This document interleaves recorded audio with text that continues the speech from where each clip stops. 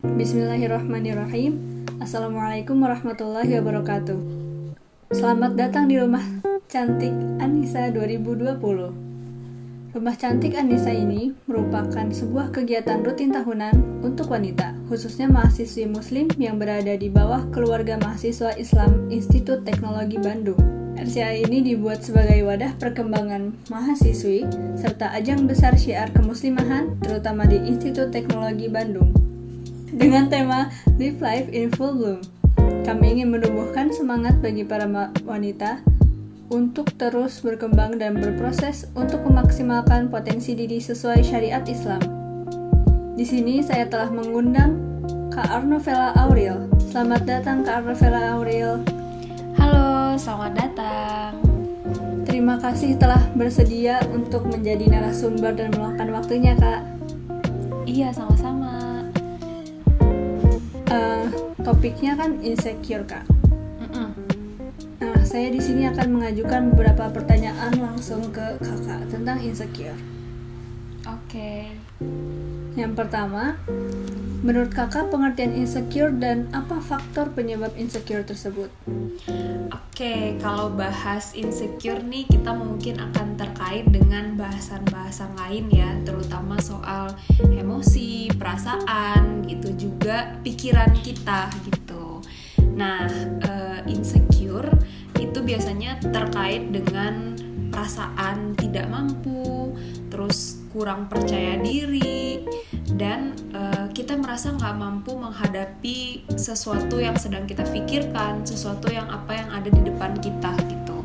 Juga kadang insecure ini juga ada kecemasan dan ketidakpastian gitu. Kadang kita cemas dan merasa tidak pasti dengan tujuan kita ke depannya, terus juga tentang kemampuan kita, juga kadang tentang kemampuan kita dalam menjalin hubungan dengan orang lain gitu. Jadi banyak hal yang kadang area-area yang bikin kita insecure. Artinya area-area ini membuat timbulnya perasaan tidak mampu dan kurang percaya diri pada kita.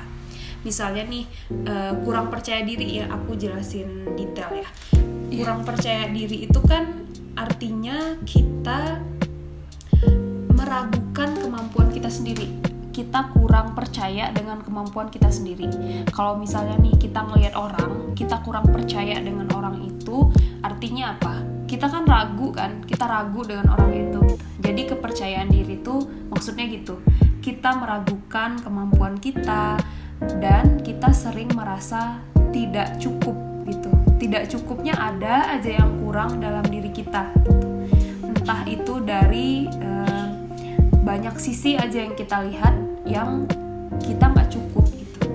Apa yang ada dalam diri kita tuh nggak cukup gitu.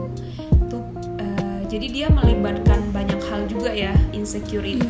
Insecure ini tuh bukan hanya perasaan kadang, tapi juga melibatkan pikiran dan melibatkan area emosi gitu kan. Kan kalau perasaan ini perasaan salah satu cirinya juga melibatkan pikiran gitu. Pikiran itu akan selaras dengan perasaan yang sedang kita rasakan. Misalnya nih, kita merasakan insecure, itu pasti ada di pikiran kita, entah itu membandingkan, entah itu kita tidak mampu, entah itu pikiran-pikiran yang justru menjudge diri kita sendiri gitu. Terus tadi pertanyaan yang keduanya apa, Vida? Apa faktor penyebab dari insecure tersebut?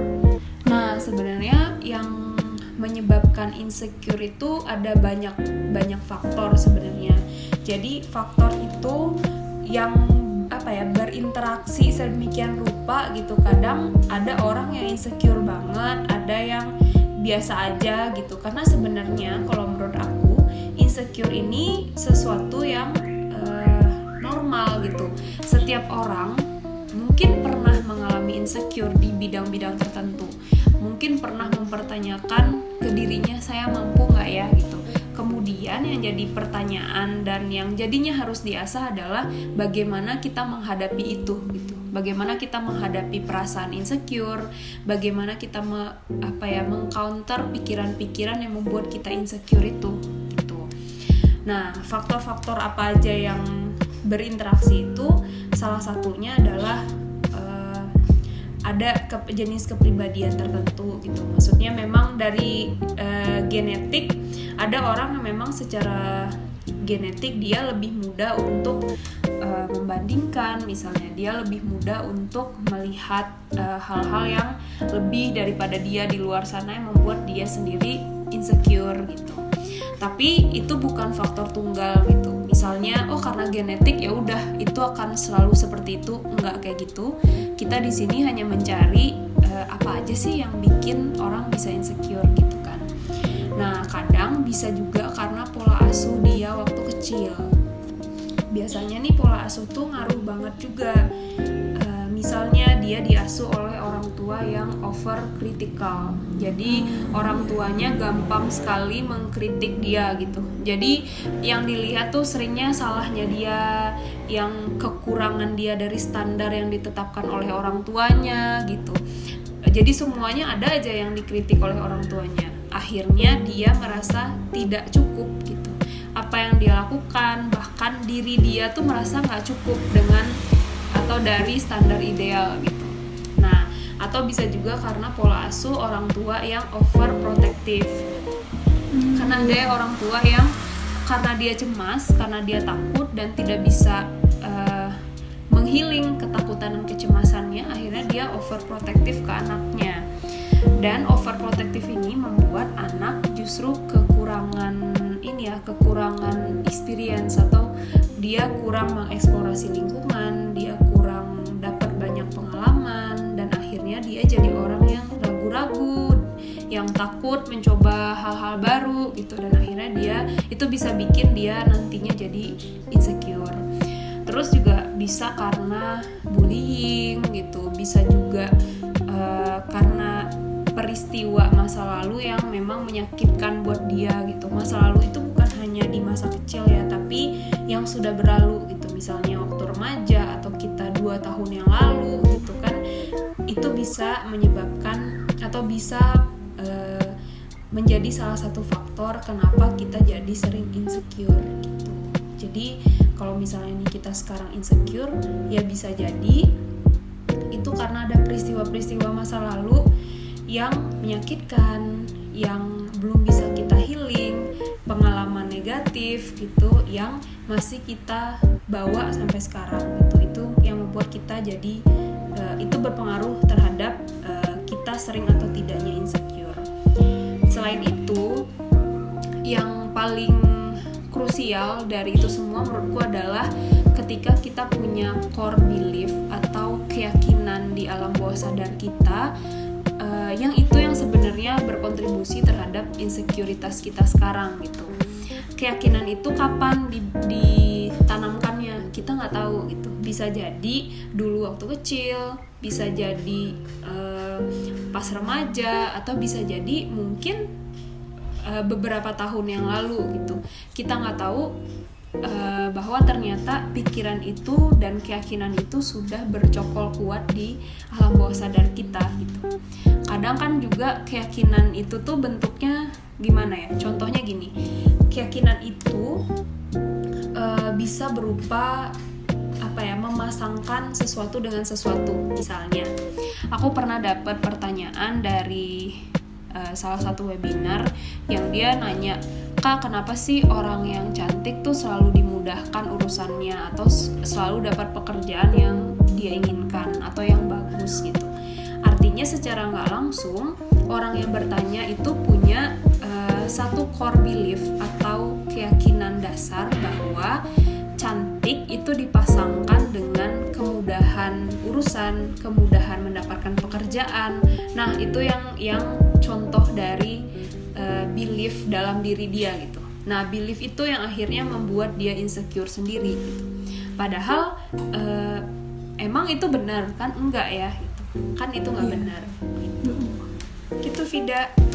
Oh ya, baik. Kalau begitu saya lanjutkan ke pertanyaan selanjutnya ya, Kak. Di sini kan ada serba-serbi tentang insecure, khususnya di self insecure dalam psikologi. Itu konsepnya bagaimana ya, Kak? Iya, jadi insecure itu ya karena ada yang kayak yang aku jelaskan tadi, bahwa mungkin ada peristiwa masa lalu, ada genetik, ada pengalaman-pengalaman dan keyakinan-keyakinan yang kita buat sendiri gitu. Kita pasangkan sendiri melihat pengalaman masa lalu kita, melihat lingkungan kita gitu. Misalnya di lingkungan kita orang-orang tertentu mudah mendapatkan pekerjaan. Terus kita berpikir bahwa orang-orang ini misalnya menurut kita punya satu kesamaan, misalnya yang terlihat misalnya mereka sama-sama tinggi atau sama-sama cantik gitu kan. Dan akhirnya alam bawah sadar kita melihat bahwa kalau untuk dapat pekerjaan yang bagus atau untuk dapat kemudahan-kemudahan dalam hidup, kamu harus cantik gitu.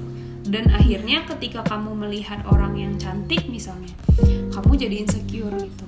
Atau ketika kamu melihat orang yang dapat pekerjaan bagus, kamu jadi insecure gitu. Jadi hal-hal kayak gitu tuh yang bisa bikin orang insecure juga. Dan balik lagi juga, insecure ini tuh nggak ini ya, kita bisa kadang kita insecure, dan kadang kita bisa jadi insecure karena kita terpapar oleh orang yang insecure gitu, ngerti nggak? Jadi di sekitar kita mungkin juga ada orang-orang yang insecure dan cukup lumayan parah insecure-nya, dan dia tidak mengenali insecure-nya, tidak berusaha melakukan sesuatu untuk mengurangi insecure-nya, tapi dia malah menutupinya dengan sesuatu yang lain. Dan biasanya orang-orang seperti ini tuh bisa bikin orang sekitarnya insecure gitu. Misalnya orang yang merasa, kan balik lagi ke yang tadi ya, insecure ada hubungannya dengan merasa diri kurang gitu. Jadi misalnya saya kurang cantik, saya kurang kompeten, saya kurang punya skill, saya kurang cerdas misalnya, atau saya kurang kaya, saya kurang yang lainnya gitu.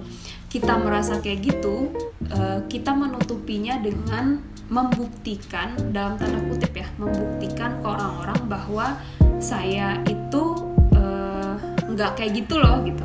Dia seperti membuktikan ke orang-orang, misalnya dengan mempost bagian-bagian tubuhnya gitu kan, yang dia sebenarnya insecure gitu kan, cuman dia tutupi dengan kadang ada juga yang menurut kita sebenarnya itu udah bagus kok gitu, cuman dia selalu merasa kurang. Karena bisa jadi orang insecure ini menularkan ke-insecure-annya itu ke orang-orang yang lihat gitu. Orang yang lihat misalnya dia merasa nggak bermasalah, misalnya kulitnya, tapi karena ngelihat si orang yang insecure ini di sosial media, si orang yang lihat juga ngerasa insecure gitu. Jadi insecure itu bisa kayak gitu juga. Oh iya, betul.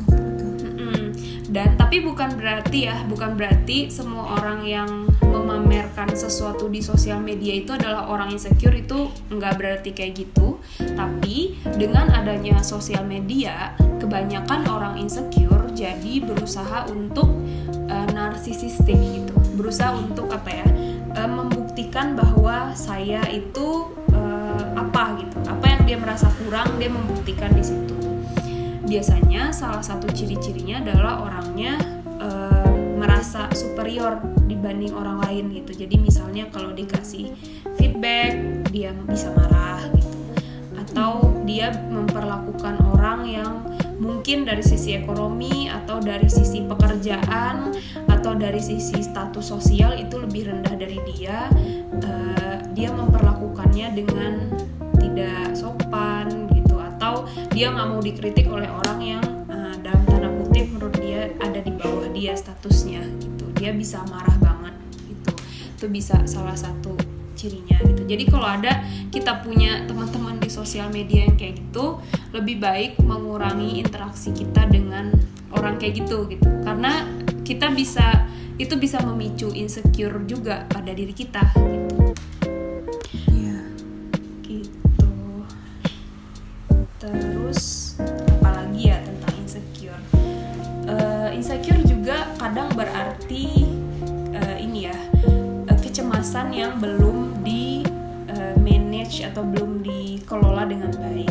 Misalnya ada satu hal yang kita cemaskan yang tidak kita kenali gitu kan, yang itu bisa berasal dari keyakinan-keyakinan yang aku bahas tadi, core belief yang kita nggak tahu dibentuk oleh siapa. Bisa jadi core belief itu atau keyakinan itu dibentukkan oleh masyarakat atau media ke kita gitu kan, kita nggak tahu kapan terbentuknya, yang kita tahu udah ada aja gitu kan. Misalnya konsep kecantikan, terus bentuk tubuh gitu, atau orang yang berhasil, orang yang sukses gitu kan. Jadi konsep-konsep kayak gitu ditanamkan ke diri kita, dan akhirnya kalau kita nggak kayak gitu, kita jadi merasa insecure gitu. Mungkin karena kecemasan dalam diri kita cemas, kita nggak kayak gitu. Kita cemas, kita nggak kayak gitu, dan akhirnya kita merasa insecure. Jadi balik lagi, insecure itu juga hal yang besarnya adalah kita harus tahu core belief apa, keyakinan dasar apa yang selama ini bercokol dalam diri kita gitu. Jadi kita juga memang harus mengenali diri kita ya Kak? Iya, karena insecure tiap orang itu kan bisa beda-beda tergantung core belief-nya gitu. Jadi yang dicari itu justru core belief-nya. Dan dalam konteks kita sebagai seorang muslim, sebenarnya menurut aku adalah bagaimana kita membongkar keyakinan-keyakinan yang udah bercokol dalam diri itu dan menyesuaikannya dengan yang seharusnya gitu, yang sesuai dengan Quran, yang benar gitu. Dan itu menurut aku bisa dimulai dengan hal yang kayak gitu. Iya. Selanjutnya kan tadi kita sudah membahas pengertian faktor penyebab dari insecure, apalagi yang dalam konsep psikologinya. Nah sekarang kita butuh solusi nih Kak dari Kakak, bagaimana cara mengatasi insecure tersebut, terutama wanita, karena wanita itu lebih memakai perasaan kan daripada logika. Ya, kecenderungannya ya. Jadi memang kebanyakan wanita itu lebih interaksi hormonalnya gitu kan lebih kompleks ya dibanding laki-laki. Tapi bukan berarti perempuan jadi lebih cenderung ke perasa dan jarang ke logika, ada tergantung tipe kali ya. Tergantung tipenya. Terus tapi memang untuk perempuan jadinya ngaruh banget ya, seringnya ngaruh banget. Karena kan kadang ada masa-masa tertentu hormon kita ada banyak hal yang terjadi di hormon kita seperti mau PMS gitu kan. Terus kalau banyak tugas misalnya atau banyak hal yang membuat kita stres gitu kan, yang membuat keseimbangan hormon kita jadi terganggu, yang akhirnya itu mempengaruhi mood kita. Nah, mood ini juga akan mempengaruhi pikiran-pikiran yang ada di pikiran kita dalam menilai diri kita sendiri gitu. Nah, yang pertama bagaimana sih mengatasinya gitu. Yang pertama, ketika kamu merasa insecure, hal yang pertama yaitu duduk dan pahami insecure kamu sendiri gitu. Pahami apa sih yang ada di pikiran kamu sekarang gitu. Misalnya kalau kamu insecure melihat teman kamu yang entah itu pencapaiannya, entah itu skillnya, entah itu wawasannya, entah itu fisiknya gitu, atau keluarganya, apanya. Jadi kamu harus mengenal lebih dalam dan lebih luas insecure kamu itu apa, seperti apa, lebih detail, lebih bagus. Jadi kalau bisa dituliskan. Jadi kalau dituliskan kan kita bisa tahu ini loh yang kita pikirkan. Nah, dari pikiran kita itu kita bisa mengenal core belief kita atau keyakinan yang sudah bercokol kuat gitu. Karena kalau kita nggak nemu si core belief-nya, kita nggak bisa menyelesaikan insekuritas kita itu gitu. Apa yang sudah kita pasangkan tadi itu, misalnya kita memasangkan anak orang tertentu atau jabatan tertentu dengan rezeki. Ya dia sih enak soalnya orang tuanya ini gitu, atau orang tuanya punya ini dan itu bisa ngasih ini ke dia dan akhirnya dia bisa dapetin A, B, C gitu. Artinya kita sedang kita sedang melekatkan atau mempairingkan atau memasangkan rezeki seseorang dengan orang tuanya mungkin kan, terus apanya yang kita pasangkan gitu. Nah nanti ketika kita udah dapat, kita bisa mengubah itu ke konsep yang seharusnya. Kalau permasalahannya ada di rezeki, ada satu hal yang menurutku penting banget untuk insecure, karena aku sendiri ketika dapat cara pandang ini, menurut aku ini, kalau buat aku sendiri ini efektif banget. Jadi bagaimana kita yakin bahwa setiap yang kita terima adalah rezeki kita kan. Setiap yang kita terima itu apapun. Karena kan konsep rezeki, sepengetahuan aku, apa aja yang kita terima termasuk di dalamnya pekerjaan kita, intelektualitas kita, kondisi keluarga kita, orang-orang di sekeliling kita, bakat kita gitu, terus finansial kita, dan satu paket lain-lain yang kita terima. Bagaimana kita punya keyakinan bahwa apa yang menjadi rezeki kita yaitu memang buat kita, dan apa yang menjadi rezeki orang lain itu memang buat orang lain gitu. Dan ini juga jadi perlu kita kuatin terus. Buat apa sih? Memang kalau misalnya nih, kalau aku sendiri ya, memang tipe rezeki yang berbeda itu akan menentukan ya Allah itu lebih sayang ke siapa gitu. Dan itu tidak mempengaruhi sama sekali. Jadi jenis rezeki yang kita terima dengan orang lain tidak mempengaruhi sayangnya Allah gitu, atau kecintaan Allah terhadap hamba-hamba itu gitu kan. Yang justru yang menjadi berpengaruhnya adalah buat apa kita pakai rezeki yang Allah titipkan itu gitu. Jadi bagaimana kita juga fokus ke apa yang bisa kita ubah, bukan apa yang sudah menjadi rezekinya seperti itu gitu. Misalnya kayak bentuk tubuh kan kita nggak bisa ubah. Jadi intinya duduk dan pahami insecure kamu dan kenali core belief kamu, dan kemudian core belief itu yang dipatahkan dan diganti gitu. Terus yang kedua, take action. Ini juga ngaruh banget. Jadi strategi pertama itu, jadi strategi yang akan aku share ini semuanya tuh harus dijalanin berbarengan gitu. Jadi nggak bisa hanya mengganti core belief aja, tapi step kedua juga harus kita ikutin, yaitu take action. Nah, coba dari langkah pertama tadi kan kamu udah tahu ya bidang apa yang kamu insecure, terus bidang apa yang kamu cemas misalnya, karena kadang insecure juga berasal dari kecemasan kita. Kecemasan bukan sesuatu yang buruk, tapi biasanya kecemasan adalah sebuah pesan bahwa ada hal yang mungkin selama ini hal itu tuh penting untuk kamu, tapi nggak kamu usahakan gitu, tapi nggak kamu gali skill di bidang itu gitu. Misalnya kamu insecure banget ngelihat orang yang bisa mengasah bakat menyanyi gitu, atau bisa mengasah bakat menulis gitu. Bisa jadi kecemasan kamu itu karena kamu memang punya juga bakat itu gitu, cuman selama ini kamu nggak apa-apain, kamu tidak berusaha mengenali, kamu nggak berusaha untuk menambah pengetahuan di bidang itu, nggak berusaha melatih skill di bidang itu. Akhirnya kecemasan sebagai sebuah pesan bahwa hal yang penting untuk kamu sedang memanggil lah istilahnya kita. Nah, kamu bisa ngelihat yang take action dengan hal yang bikin kamu insecure. Kalau misalnya kita insecure-nya dengan kondisi finansial, misalnya coba mulai ke step kan, ke plan gitu, ke plan apa satu persatu hal yang bisa kamu lakukan untuk mulai bisa mengontrol finansial kamu.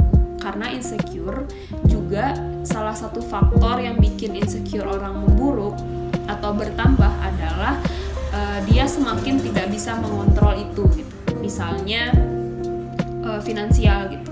Orang akan semakin insecure ketika dia misalnya awalnya pekerjaannya jelek, terus akhirnya dia turun jabatan misalnya, akhirnya kan artinya dia semakin gak bisa mengontrol finansialnya gitu. Ya, jadi di action plan kamu juga harus menetapkan langkah-langkah apa yang kamu lakukan agar misalnya tadi di bidang finansial kamu jadi lebih punya kontrol. Misalnya kamu cemas di perusahaan kamu banyak sekali orang yang kinerjanya bagus gitu, kamu takut dipecat, apalagi mungkin misalnya pandemi yang membuat karyawan harus dikurangi dan lain-lain sebagainya. Yang itu mungkin belum kejadian tapi ada di pikiran kamu gitu, dan akhirnya kamu jadi insecure. Setelah kamu kenali, coba pelan-pelan bikin action plan-nya gitu. Apa yang bisa saya lakukan agar saya bisa take control lagi gitu. Misalnya, kayaknya saya bisa belajar skill baru, atau kayaknya saya bisa menambah keterampilan apa yang udah ada sama saya sekarang gitu, agar saya menjadi SDM yang lebih berkualitas gitu dari diri saya sebelumnya. Atau kalau misalnya kamu mencemaskan keadaan finansial kamu mulai insecure, dan akhirnya kamu bisa bikin step apa ya yang bisa saya lakukan. Apakah saya akan berhemat, atau saya mungkin akan mencari penghasilan tambahan, atau mungkin saya akan berjualan sesuatu dan lain-lain sebagainya. Jadi ini take action tuh lebih ke langkah konkretnya seperti apa. Terus yang selanjutnya yaitu menerima apa yang bisa diubah, menerima apa yang tidak bisa diubah, dan mengusahakan apa yang bisa kamu usahakan. Jadi kalau misalnya hal yang bikin kamu insecure adalah hal yang tidak bisa diubah, misalnya body image, kayak bentuk tubuh gitu. Bentuk tubuh itu kan sesuatu yang nggak bisa kamu ubah, warna kulit gitu, hal-hal yang memang sudah begitu gitu. Jadi coba keterampilan untuk menerimanya lebih dilatih lagi. Terus bisa dikuatkan, keterampilan itu bisa dikuatkan dengan core belief yang baru. Misalnya kamu punya bentuk tubuh yang kata media atau kata orang-orang itu nggak ideal, itu kan berdasarkan standar orang-orang. Coba kamu balikkan lagi, apa yang kamu inginkan di dunia sebenarnya mungkin adalah amal soleh. Misalnya amal soleh tidak dipengaruhi oleh bentuk tubuh kamu.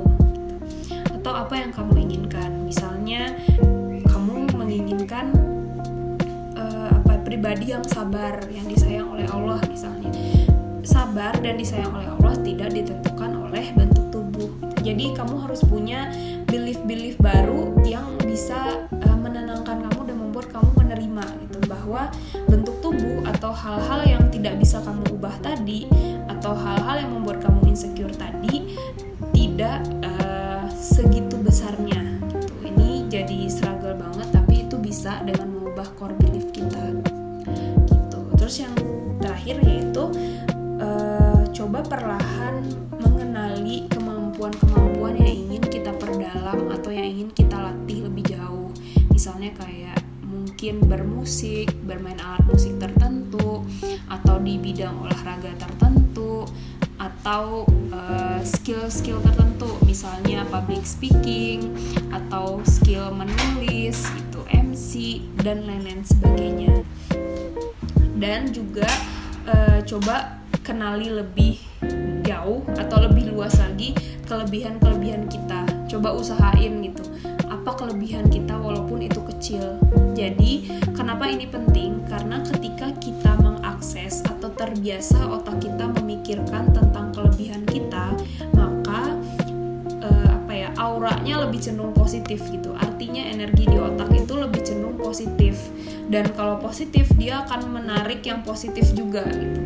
Kalau misalnya nih teman-teman di pagi hari itu moodnya baik, yang positif, ada kejadian yang nggak mengenakan pun teman-teman akan cenderung lebih slow menanggapi itu gitu dibanding saat itu misalnya teman-teman pikirannya udah negatif atau lagi stres atau lagi moodnya nggak baik gitu, terus ada kejadian yang mungkin kejadian kecil tapi bisa ngaruhnya berjam-jam gitu kalau kita suasana hatinya lagi negatif atau di pikiran kita itu lagi negatif gitu. Nah, jadi sama kayak gitu. Dan balik lagi juga kan sekarang itu di sosial media kita nggak tahu ya, mungkin banyak di sosial media sana orang-orang yang juga insecure dan dia menutupi insecure-nya dengan hal-hal yang counter gitu dengan itu. Misalnya dia merasa bahwa dia tidak cukup, dia tidak mampu, dan insecure lainnya dia tutupi dengan misalnya dia ngepost punya barang branded misalnya, atau dia ngepost punya teman-teman yang sangat suportif dan lain sebagainya. Bukan berarti orang yang ngepost barang branded dan punya teman suportif itu insecure ya, bukan. Tapi ada orang-orang insecure yang menutupi insekuritasnya dengan ngepost hal-hal kayak gitu, yang ingin secara psikologis dia ingin membuktikan bahwa saya berharga gitu. Tapi keberhargaan dirinya itu diletakkan pada barang-barang atau kecantikan atau pencapaian tertentu gitu kan, atau orang-orang di sekeliling dia yang sangat menyayangi dia gitu. Dan akhirnya kamu jadi ngerasa insecure gitu karena orang insecure itu gitu.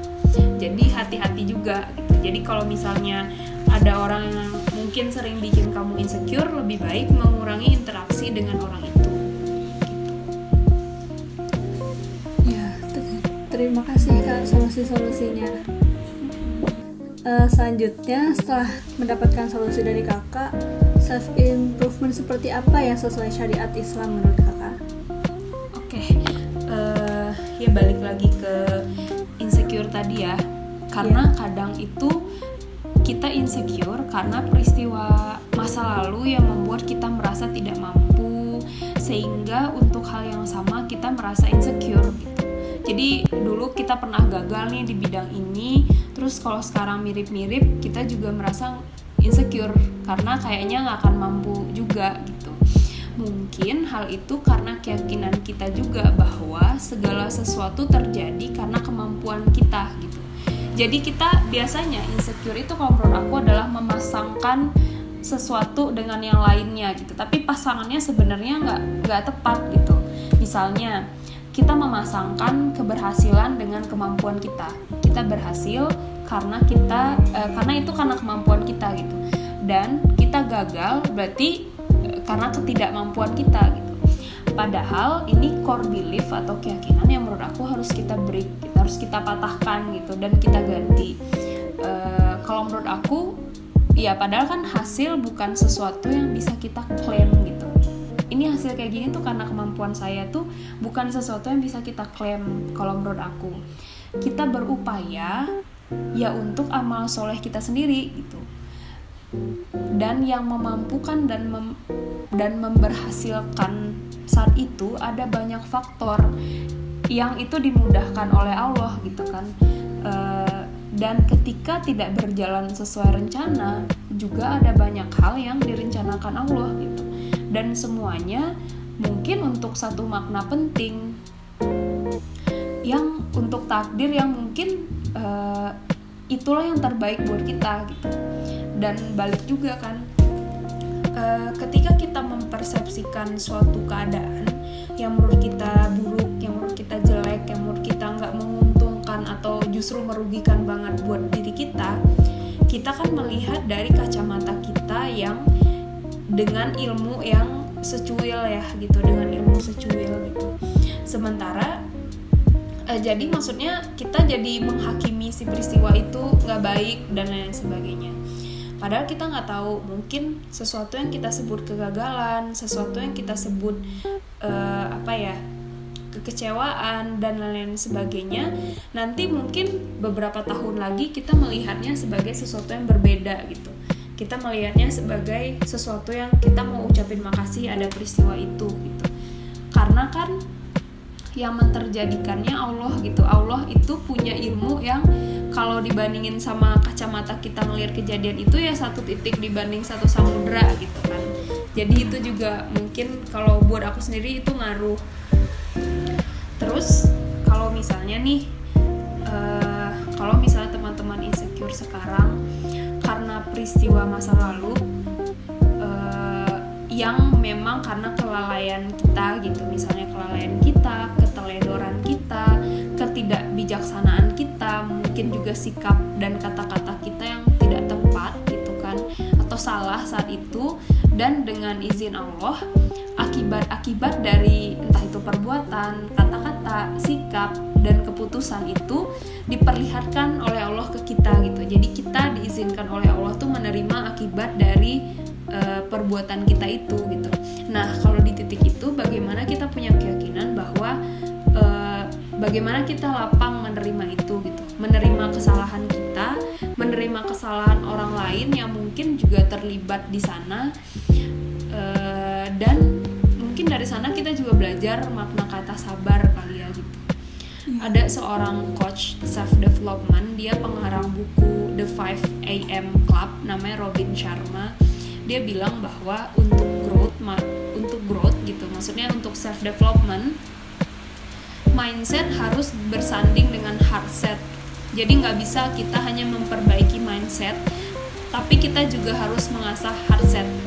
Jadi untuk lebih baik, untuk self improve, itu kita nggak bisa hanya membawa mindset, tapi kita juga harus mengikut sertakan heart set. Kalau misalnya dalam Quran kita sering membaca kata sabar gitu. Jadi sebenarnya sabar itu mutlak gitu. Mutlak diperlukan. Jadi mindset dan heart set. Heart set itu kan seperangkat hati yang lapang untuk menerima bahwa dalam kehidupan kita bukan hanya kita yang mengontrol. Dalam kehidupan kita hanya bisa berupaya. Hasil bukan sesuatu yang bisa kita klaim. Terus ini juga sih menurut aku, ketika insecure sebenarnya yang paling ampuh dalam menghealing diri kita sendiri ya diri kita sendiri gitu. Coba ucapkan kata sabar ke diri sendiri. Itu biasanya lebih efektif daripada kata-kata sabar yang diucapkan oleh orang lain. Karena aku sendiri ngerasain banget ini, kalau misalnya ada waktu itu beberapa peristiwa yang menurut aku berat buat aku gitu kan, dan aku tahu jawabannya adalah sabar, cuman aku nggak pernah mengatakan sabar ke diri aku sendiri. Sampai pada satu titik aku bilang itu ke diri aku sendiri dan rasanya tuh plong banget gitu. Karena sebenarnya kalau kita pakai kata dakwah, kalau menurut aku dakwah yang paling efektif adalah ketika kita mendakwahi diri kita sendiri. Jadi ajak diri kita berdialog. Kan proses dakwah itu kayak gitu ya, kita berdialog, kemudian kita melihat bahwa ada keyakinan di dalam diri kita yang tidak sesuai, kemudian kita ajak diri kita, yuk kita pakai keyakinan yang baru ini, yuk kita lebih sabar. Jadi hal kayak gitu ngaruh banget kalau buat aku. Mungkin teman-teman juga bisa mempraktekannya juga. Terus juga ada, aku pengen kasih contoh dari pengalaman aku sendiri. Jadi kita juga kadang insecure itu karena ada satu hal yang kita pengen banget gitu kan, tapi mungkin kata Allah itu belum terbaik sekarang. Dan akhirnya kita ketika melihat orang-orang dengan hal yang kita pengen, kita jadi insecure gitu. Itu bisa jadi salah satu faktor. Misalnya kayak aku dulu waktu lulus kuliah tuh pengen banget S2 keluar. Terus dosenku sangat amat bekerja sama dan sangat amat support itu. Akhirnya kan kalau menurut aku sendiri dari pengalamanku nggak mudah dan nggak cepat gitu mengurus S2 keluar, Karena kan kita harus nentuin jurusan, kita menentukan kampus, terus habis itu kita ngelihat syarat pendaftarannya, kita sesuaikan dengan transkrip nilai kita udah cocok belum untuk bisa daftar ke sana gitu. Dan akhirnya aku melalui proses-proses itu dan alhamdulillah diterima di salah satu kampus di Belanda. Nah, setelah itu tapi waktu itu penerimaannya tuh masih bersyarat karena ada satu syarat yang aku belum memenuhi, yaitu skor IELTS. Jadi mereka mintanya 7.0. Nah, jadi aku singkat cerita aku les buat dapetin skor IELTS gitu, tapi beberapa kali tes ternyata nggak nyampe gitu kan, ada aja kurangnya. Entah itu di writing, entah itu writingnya hampir nyampe, speakingnya turun gitu, yang kayak gitu. Dan akhirnya aku sambil bisnis kan waktu itu, sambil bisnis fashion bareng dosenku. Nah akhirnya, tapi kan aku sambil bisnis sama dosen yang ngajakin aku project juga bisnis gitu kan, terus bisnis fashion. Jadi kayak sambil-sambil terus. Tapi sebenarnya aku merasa aku mengupayakan semaksimal mungkin yang aku bisa gitu, sampai aku ikutin webinar. Aku dulu kan sering tuh ada seminar-seminar di tahun 2016-2017 gitulah.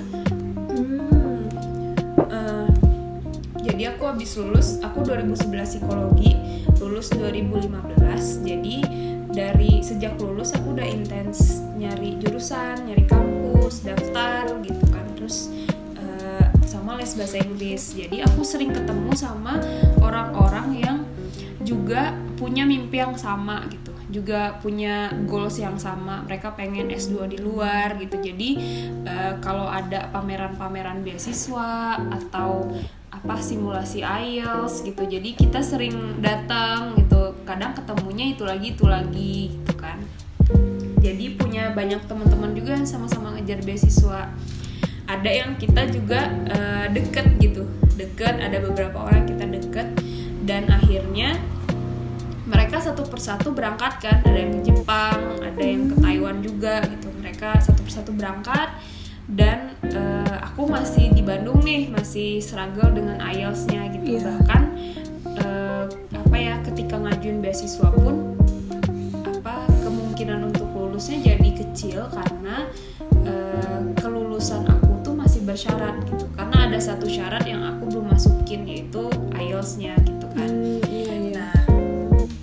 Jadi struggle banget saat itu, merasa insecure banget kalau misalnya ada orang yang lulus, ya kok dia lulus sih gitu.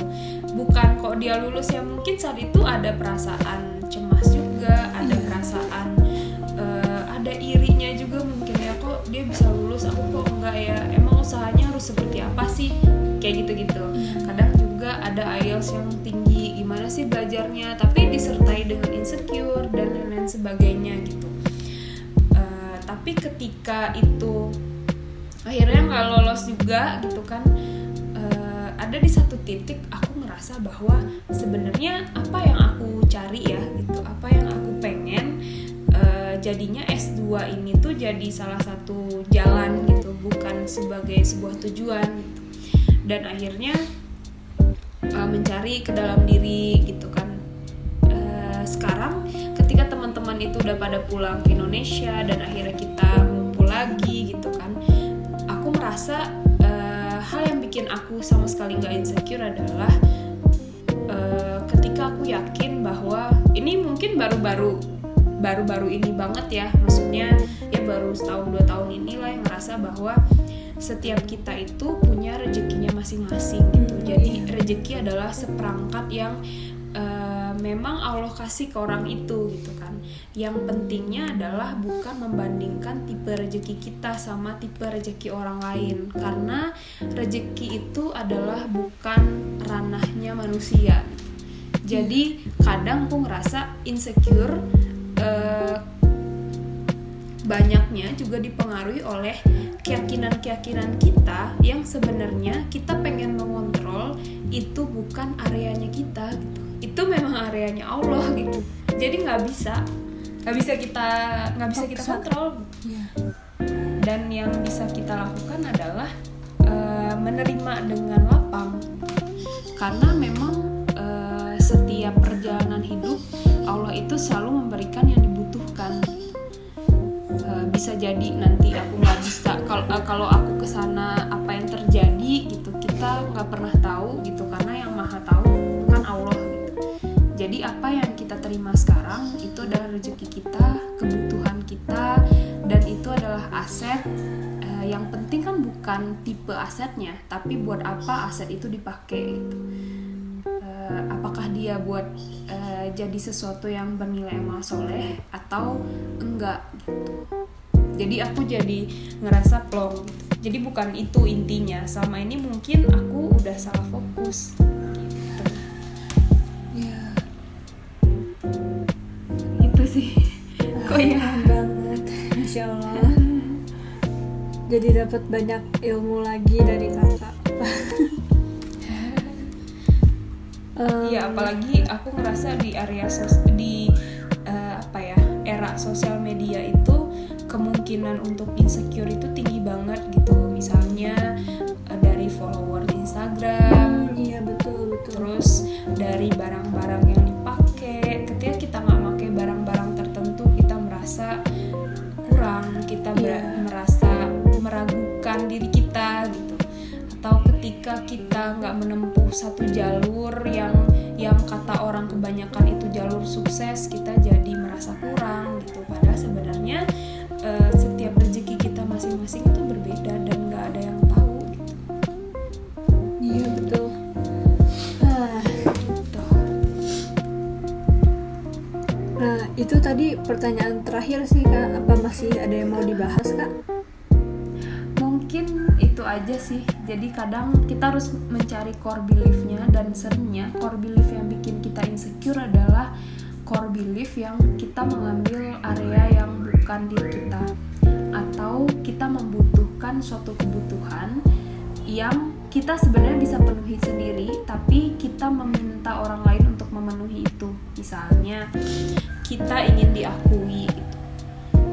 Kita ingin diakui bisa jadi karena mungkin ada genetik ya, ada faktor genetik, ada faktor kejadian masa lalu, atau bisa jadi karena pola asuh orang tua yang mungkin naruh ekspektasinya terlalu besar atau terlalu tinggi buat kita nggak bisa dan selalu nggak bisa mencapai itu, dan akhirnya kita selalu merasa kita kurang. Semua usaha kita, semua apa yang kita lakukan secara nggak sadar kita tujukan untuk mendapat sebuah pengakuan gitu. Karena dulu dari orang tua kita susah mungkin didapatkan gitu. Nah, kalau kita dewasa, kalau maksudnya ketika usia dewasa, sebenarnya kita sendirilah yang bisa memenuhi kebutuhan itu gitu. Asal kita tahu kita butuhnya apa gitu. Jadi kita bisa nge-reparenting diri kita sendiri. Misalnya kita butuh untuk diakui bahwa kita pintar. Kenapa nggak kita sendiri aja yang bilang kalau kita pintar gitu. Kita melihat pencapaian kita melihat hal yang kita lakukan, kita melihat upaya kita, kemudian kita akan bilang, oh ternyata saya bisa, ternyata saya alhamdulillah dikasih kecerdasan ini ya. Bisa juga karena yang kayak gitu ya, karena kebutuhan itu jadi ada yang